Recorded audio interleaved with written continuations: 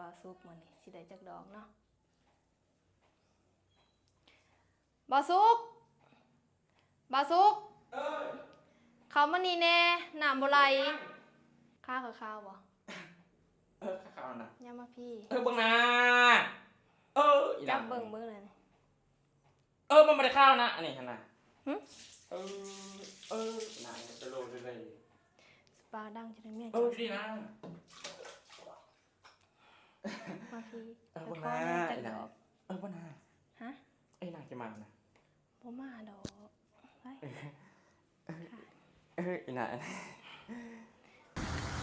เอาสบายดีเนาะทุกคนเนาะมื้อนี้ก็สิไปหาบ่าวสู้อีกเนาะมีของฝากของตอนเล็กน้อยไปฝากเพิ่นเพราะว่าไปผู้เทื่อก็บ่ได้อีหยังไปฝากเพิ่นก็ว่าโอ้ยมากินแต่น้ำเพิ่นเพิ่นว่าเนาะแต่ว่ามื้อนี้ก็บรรยากาศว่าฝนตกปล่อยๆหน่อยหนึ่งบ่าวสู้เพิ่นตื่นแล้วบ่ไปเฮาสิไปหาเพิ่นทุกคนเลยอยากแต่เพิ่นบ่ทันตื่นเนาะอยากเพิ่นนอนก็มีเพิ่นจ้าทุกคนเลย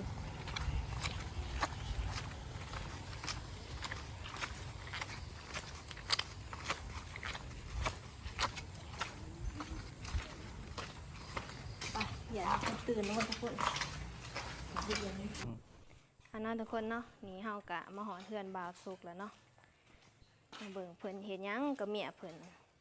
นตกลิ้นจังสิบ่าวสุกยังน่ะอยู่ครบหน้าครบตาเนาะไปเลยน่ะไปตะไลน่ะมาหาเจ้านี่แหละ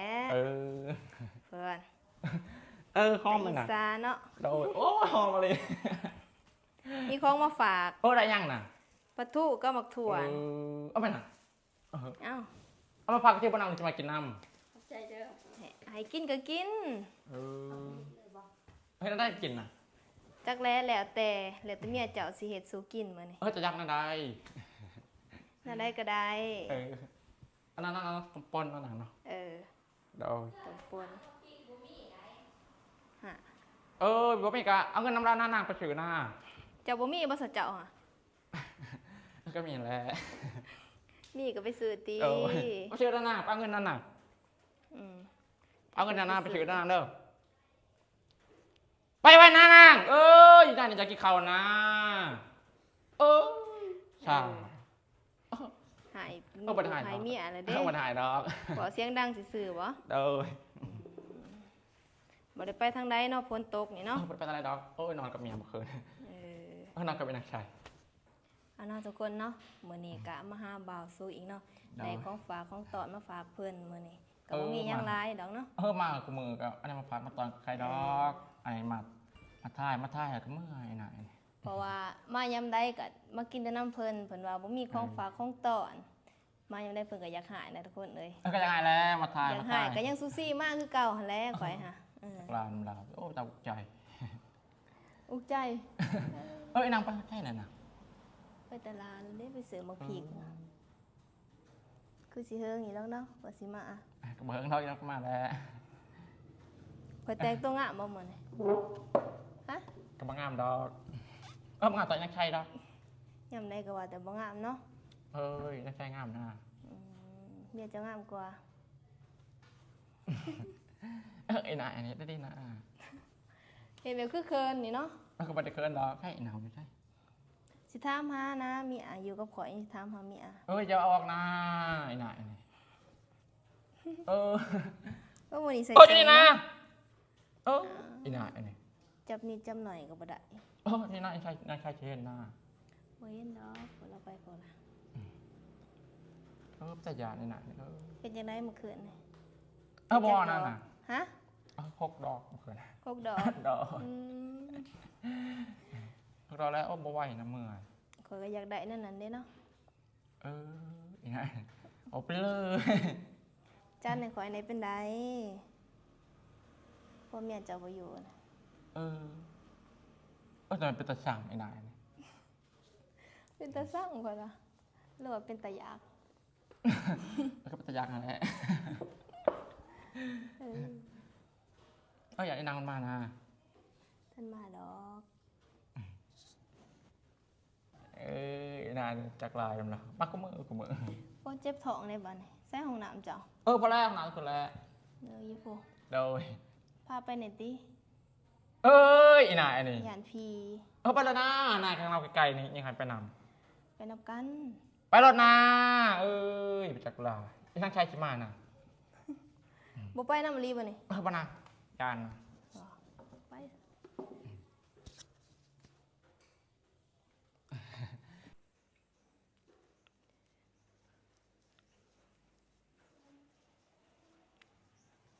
ไปทุกคนเลยห่วยห้องน้ำบ่ซุกซะว่าว่าเอาตู้เย็นมาไว้อยู่นี่ทุกคนเลยฟูสร้างเฮ็ดเนาะบ่าวซุกนี่กะเอาทุกคนว่าได้อยู่บ่สิออยบ่าวซุกมื้อนี้สิได้จักดอกเนาะบ่าวซุกเข้ามานี่แน่น้ำบ่ไหลเข้ามานี่ก่อนเมียเจ้าบ่มาง่ายดอกเข้ามาพี่ก่อนเฮ็ดจังน่ะน้ำบ่ไหลไปแยกกันทันได้นี่มาล้างคาให้แหน่อีนายเร็วเลย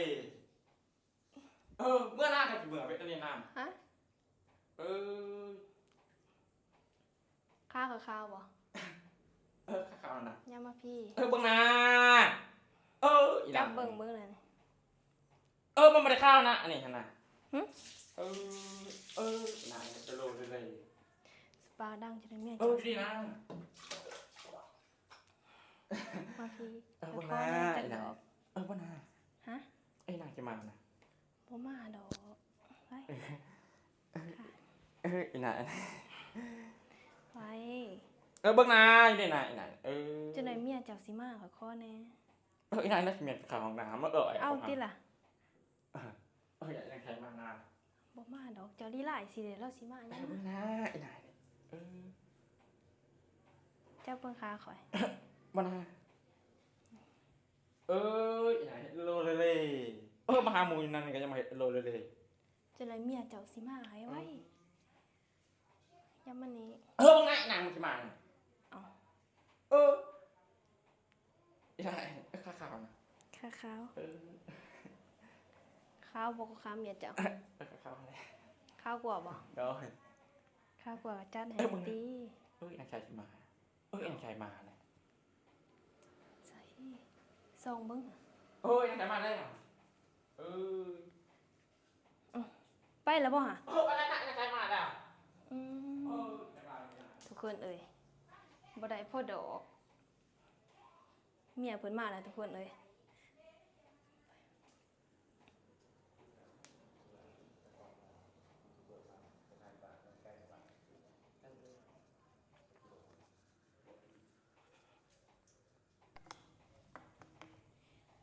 ทุกคนอีนายบ่ได้พ่อดอกเมียบ่อยู่กะเฮ็ดอะไร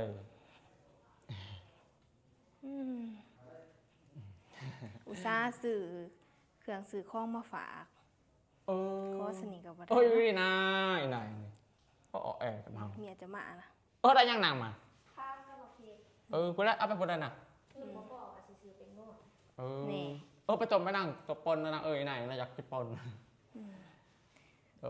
กินปนให้เมียบ่าวโซเคของกินมานี่เนาะโดยเฮ็ดอันนั้นแหละป้าน่ะอันนี้ได้ปลาทูแล้วได้อันนี้เจ้าซะมาว่ามันบ่ลงนะฮะมันบ่ลงเจ้าก็ทางลงนี่ติกระทางอะไรทางเป็นแต่แนวเดียวหั่นบ่ทางแต่เมียแหละเอาไปเก่งครับทางเป็นแต่แนวเดียวมีแต่ถ้าให้เมียเจ้าเฮ็ดของกินแล้วเนาะอีนายสิทากินข้าวนำมื้อนี้มื้อบ่ต้องมาเด้อนั่นนี่บ่ต้องมาหาเฮาหรอกฮะบ่ต้องมานะมาบ่ได้อีกบ่มาเฮ็ดโลเลยมาอีกก็ซื้อเนี่ยมาฝากอีกโดยบ่อยากได้บ่แนวฝากบ่อยากได้แหละนั่นแหละมีแต่ทากินข้าวแล้วจังสิเมื่อโดยได้บ่ล่ะก็ได้แหละจะได้มาหน่อยว่า FP สิว่าเฮา FC สิว่าเจ้าบ่ย่านข่อยเว้าเจ้าบ่บ่ได้ย่านดอกรับค่าน้ำมาคุมือรำคาญน้องก็อยู่กับเมียมาปตกคนทำก็มาเลยหน่อยจักลาเนาะ ไปทานกินข้าวแล้วนางนางชายมันต้มปลา แต่กินข้าวกินน้ำก่อน โดย บางเถื่อมื้อแรงก็สิมาหาอีก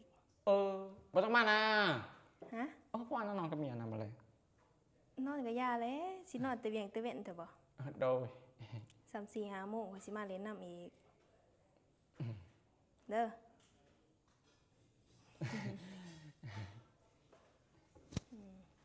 ยุตินา ฮะ ปิดนะไอ้หน่ายถ่ายเลยมาถ่ายไอ้หน่ายตะช่าง